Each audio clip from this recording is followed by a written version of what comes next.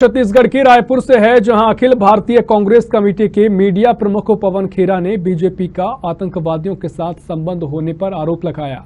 जहां उन्होंने उदयपुर और अमरावती से लेकर कोई अन्य घटनाओं का उल्लेख करते हुए प्रश्न किया कि बीजेपी का इन आतंकवादियों के साथ रिश्ता क्या कहलाता है। वहीं उन्होंने कहा कि देश आत्मनिर्भर हुआ है या नहीं, लेकिन बीजेपी आतंकवाद में आत्मनिर्भर हो गई है। एक तरफ नुपुर शर्मा से बीजेपी कुछ कहलवाती है, दूसरी तरफ रियाज अंसारी से कुछ करा देती है। बीजेपी पर ऐसी ही अनेकों आरोप लगाते हुए पवन खेरा ने साधना न्यूज से खास चर्चा की। इससे तो बहुत कुछ लगता है, लेकिन जांच कौन करेगा? मेरा कातिल ही मेरा मुंसिफ है, क्या मेरे हक में फैसला देगा? जांच किससे मांगे? उदयपुर की घटना हुई, कुछ घंटों में केंद्र से आदेश आया कि ये जांच केंद्र सरकार करेगी।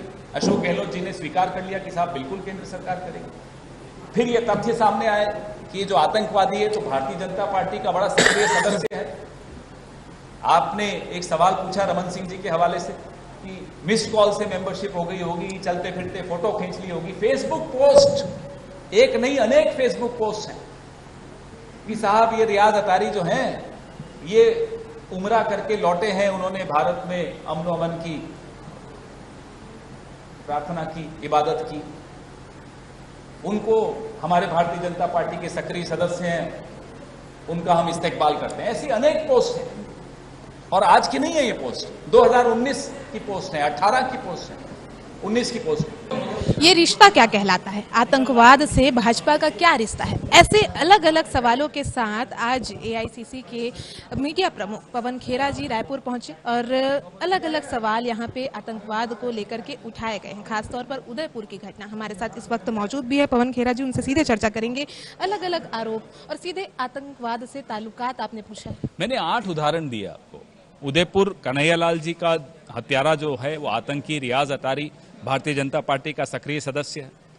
उसकी फोटोग्राफ्स गुलाब चंद कटारिया के साथ, उसकी फोटोग्राफ्स भारतीय जनता पार्टी का मफलर पहने हुए, उसकी कई फेसबुक पोस्ट उसके सहयोगियों के जिसमें वो लिखते हैं कि सक्रिय सदस्य है भारतीय जनता पार्टी। दूसरा उदाहरण रियासी सेक्टर में जो ग्रामीणों ने आतंकवादी पकड़ा तालिब हुसैन शाह, जो अमरनाथ यात्रा पर हमला करने की साजिश रच रहा था, वह तो भारतीय जनता पार्टी की जम्मू का आईटी सेल का प्रभारी निकला।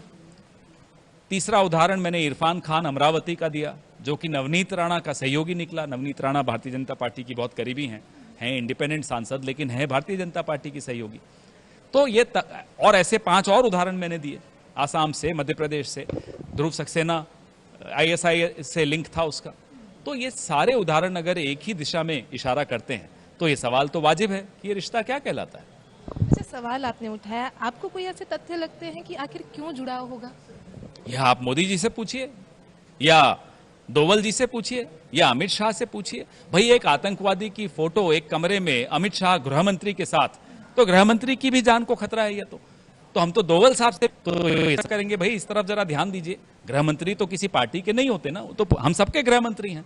और अगर गृह मंत्री की जान को खतरा है तो बहुत बड़ा सवाल हो जाता है। और अगर गृह मंत्री को मालूम है कि यह आतंकवादी है फिर भी उसके साथ फोटो खिंचवाई तो सवाल और बड़ा हो जाता है। अच्छा, आप आरोप लगा रहे हैं, सवाल फोटोज को लेकर के पूछे जा रहे हैं। दूसरी ओर पूर्व मुख्यमंत्री डॉक्टर रमन सिंह का ये भी कहना है कि फोटो तो चलते फिरते लोग खिंचा लेते हैं। सदस्यता के अगर उनसे सवाल किया गया तो उनका ये भी कहना था कि मिस कॉल के माध्यम से सदस्य बन जाते हैं। Raman Singh ji wrong number dial कर रहे हैं, मिस्ड कॉल की बात नहीं है। यहाँ तो अपॉइंटमेंट लेटर दिए गए हैं आतंकवादियों को, यह भी क्या चलते फिरते हो जाते हैं? तो रमन सिंह जी को कहिए जरा अपनी बात को जरा दुरुस्त करें और उनसे मेरा ये सवाल पूछ लीजिएगा कि क्या आतंकवादियों को रमन सिंह जी और उनके नेता चलते फिरते अपॉइंटमेंट लेटर भी बांटते हैं? अच्छा, एक अंतिम सवाल, अब आगे कांग्रेस की रणनीति किस प्रकार से रहेगी इस पूरे मसले को लेकर? हम इनके चेहरे को लगातार बेनकाब करेंगे, सड़क से संसद तक इस बात को रखेंगे, इन तथ्यों को रखेंगे और भारतीय जनता पार्टी का असली चेहरा इस देश के सामने लाएंगे। ठीक है, तो ये थे पवन खेरा जी, जिनका साफ तौर पर कहना था कि भाजपा यानी कि भारतीय जनता पार्टी का असली चरित्र और चेहरा क्या है इसे उजागर कांग्रेस अब करेगी। और जिस प्रकार से अब सवाल उठाए गए आतंकवाद से सीधे जोड़ने की कोशिश भाजपा को यहाँ पे प्रेस कॉन्फ्रेंस के माध्यम से की गई है, सीधे सवाल यहाँ पे खड़े किए गए हैं कि आखिर आतंकवाद से भाजपा का रिश्ता क्या है। हालांकि ये भी कहना है कांग्रेस का कि अब आगामी समय में इन तमाम मसलों को लेकर के सड़क से सदन की लड़ाई उनके द्वारा लड़ी जाएगी। इस समय सहयोगी राजेंद्र भारद्वाज के साथ आकांक्षा तिवारी, साधना न्यूज रायपुर।